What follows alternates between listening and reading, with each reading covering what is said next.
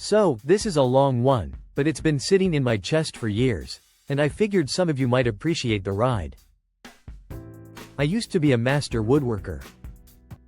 Not just some guy with a hammer and a saw, but the kind of craftsman who could take a chunk of oak, mahogany, or walnut and make it breathe with life. I specialized in fine furniture, tables with hidden inlays, chairs with hand-carved motifs, cabinets that looked like something out of a museum but were sturdy enough to survive a family brawl. People didn't just buy my work, they fought over it. I was working at this high-end furniture company. Let's call it Regal Interiors. They catered to the wealthy. The kind of clients who wanted a dining table that could seat 20 and cost more than most people's cars. And for years, I was their secret weapon. I poured everything into that job. Long nights in the workshop, bleeding thumbs from chiseling details so fine you needed a magnifying glass to see them. When a hedge fund guy wanted his family crest carved into the legs of a desk, I made it happen. When a Hollywood producer wanted a bed frame that looked like it belonged in a French chateau, I made it happen. Every time I delivered, Regal Interiors landed another massive contract. Their profits soared. But here's the kicker: they never treated me like I mattered. Sure, my bosses, two smug brothers who inherited the business from their father, would pat me on the back and say, "Great work, really great," but when it came to bonuses or raises, forget it. They'd sit in their office, sipping overpriced espresso, bragging about record profits, while I was still making the same modest salary I'd started on years earlier. One time, I actually gathered the courage to ask. I went into their office, still smelling like varnish and sawdust, and said, "Listen, I've been here 8 years. I've doubled your client base. I think I've earned a raise." One of the brothers, let's call him Brad, leaned back in his chair with this smirk. "It's not really about individual contributions," he said. "It's about the team. And right now, margins are tight. Maybe next year." Margins tight? These guys were pulling up to work in brand new Porsches. I swallowed my pride and kept going, because woodworking wasn't just a job for me, it was my life. My craft. My identity. Then came the day they pulled the rug out from under me. I got called into the office again. This time, both brothers were there, sitting stiff in their suits, looking like they were about to deliver a eulogy.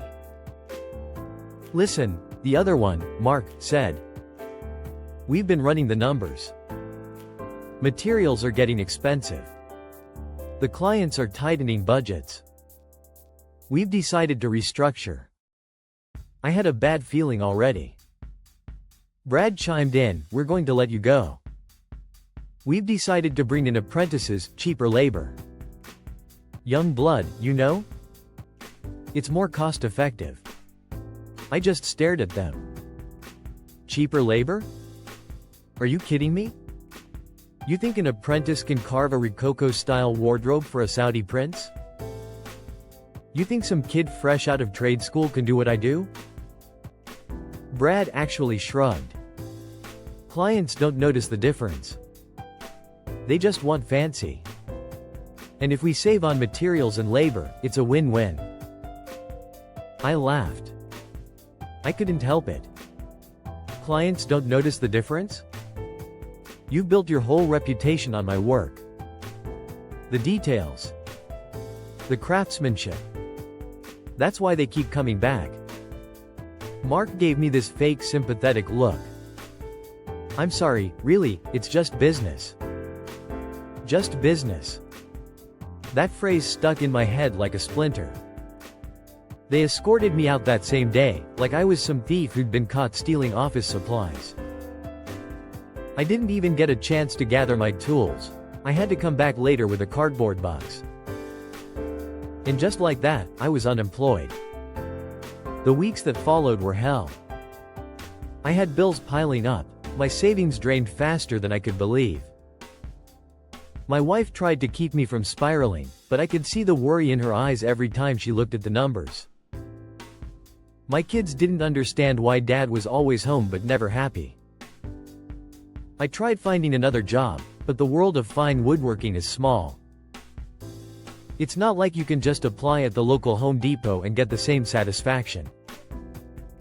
The few openings I found either paid peanuts or wanted me to churn out cookie-cutter crap in some factory. I started to question myself. Maybe I wasn't as good as I thought. Maybe I was just a replaceable cog after all. Nights, I'd sit in the garage with scraps of wood, running my fingers over the grain, carving little shapes just to remind myself I still could. But the joy was gone. Then, months later, when I was pretty close to rock bottom, something unexpected happened. An old client reached out. A woman named Evelyn. She was one of those clients who actually cared about the work, not just the price tag. Years earlier, I'd built her a massive dining table with grapevine motifs winding down the legs and hidden drawers for her silverware. She told me she threw dinner parties just so she could show it off. She called me up and said, "I heard what happened with Regal. I'm sorry they treated you like that. But listen, I have a proposition." I didn't even dare hope. "What kind of proposition?" "I want to help you start your own atelier. I have friends, connections, people who'd commission your work in a heartbeat. You just need a space, and someone to believe in you." At first, I thought she was just being kind. Who helps someone like that? But Evelyn was serious. She invested. She found me a small but beautiful workshop space downtown, with high ceilings and big windows that let in natural light. She even set up introductions with potential clients. For the first time in months, I felt that fire again. I poured everything into it. My new atelier became my sanctuary. I'd arrive before sunrise, the smell of fresh-cut wood filling the air, the sound of chisels and planes echoing off the walls. My hands remembered what my heart had almost forgotten, that this craft was my soul. And clients came. Slowly at first, but then faster. Word spread that I was the real talent behind Regal Interiors. I signed commissions that made me pinch myself. Tables for embassies, custom cabinets for old money families, even a throne-like chair for some eccentric billionaire who wanted to feel like a king in his study. With every finished piece, my confidence grew back. My debts started shrinking. My family saw me smile again. But here's where the revenge part starts to simmer. Regal Interiors? They started losing clients. Because the people who knew my work could see the difference. Their apprentices cranked out soulless, clunky pieces. Joints didn't fit perfectly, carvings looked like they were copied from a bad stencil. The shine was gone. One day, I ran into Brad at a trade show. He spotted me from across the room, and his face did this little twitch like he'd bitten into a lemon. Well, he said, forcing a smile. "Looks like you landed on your feet." I smiled back, sharper than any chisel I'd ever held. "Better than that. Your clients seem to think so too."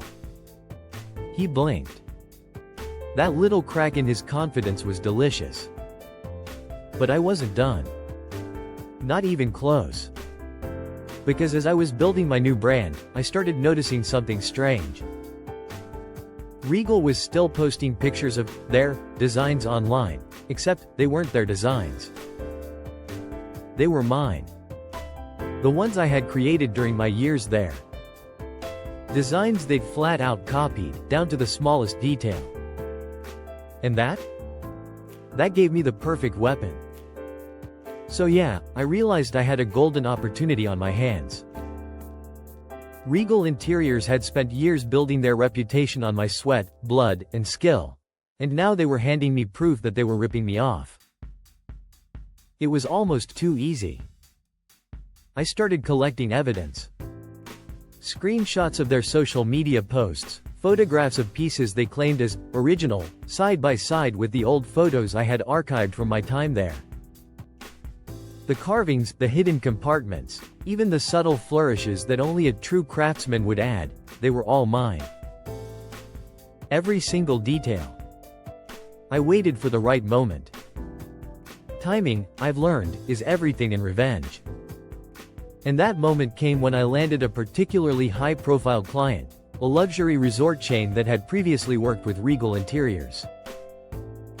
They wanted an entire line of custom furniture for their new flagship hotel. I showed up with my portfolio, the client drooling over the intricate designs, the wood polished to a mirror sheen, the joints invisible, the carvings delicate and alive. They were enchanted. By the time we shook hands, I'd won them over completely. The contract was mine. Weeks later, I dropped the social media bomb. I posted a detailed thread. Side-by-side photos, my original sketches, invoices showing I had created the designs years before. I captioned it, "Original craftsmanship versus corporate plagiarism. Decide for yourself." The response was immediate. People were outraged. Forums buzzed. Industry influencers shared it. Clients who had bought from Regal Interiors started questioning their loyalty. Some demanded refunds. Others canceled contracts outright. The scandal hit the company like a sledgehammer. Then came the lawsuits. Oh, the lawsuits.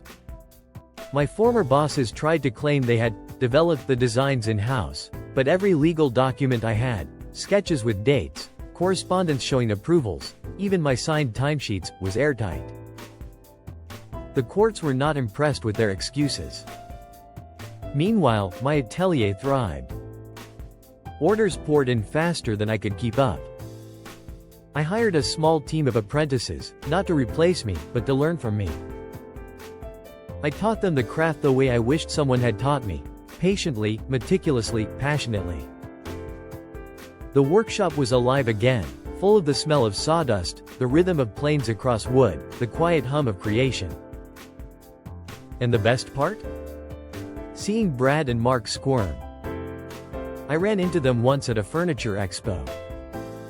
They were trying to pitch their copied designs to a group of wealthy buyers, and one of the clients turned pale, pointing at my table in the corner.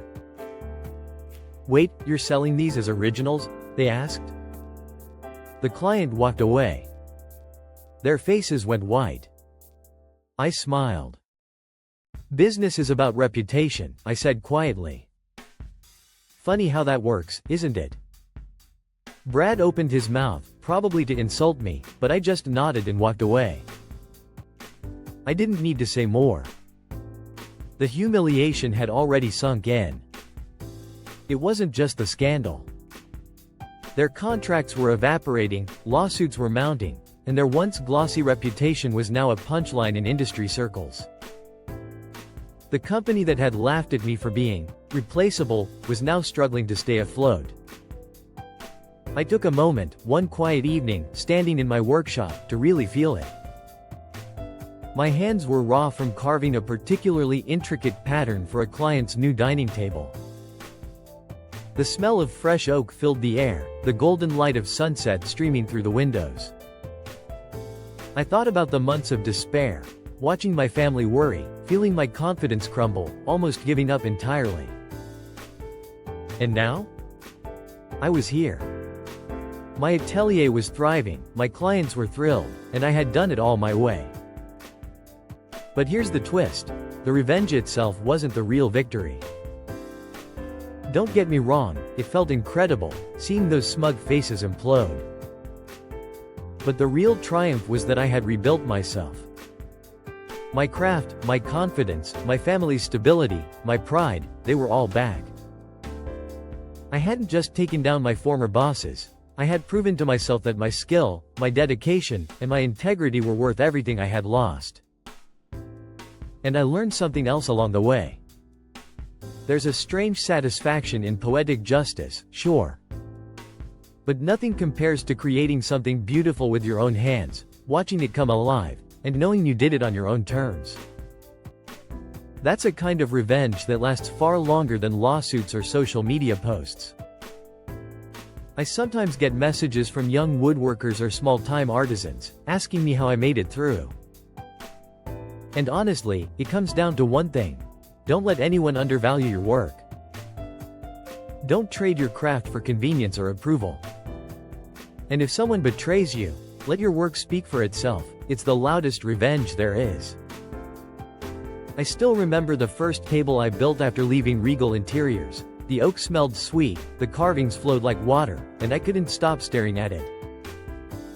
I laughed softly to myself, because I realized something. I didn't need to prove anything to my old bosses. The work was the proof. Every line, every curve, every hidden drawer said it all. So yeah, Regal Interiors tried to crush me. They thought I was replaceable. They thought a couple of apprentices could do my work. And in the end? They became a cautionary tale. Their clients left, their reputation crumbled, and I built something lasting. Something real. Something mine. And every time I carve a new design, I get a little chuckle thinking about Brad and Mark. Because while they're scrambling to explain themselves in court, I'm just here, in my sunlit workshop, listening to the satisfying scrape of a chisel, and knowing I came out on top. It's funny, in a way. Revenge isn't just about getting even, it's about getting better. And man, getting better never felt this good.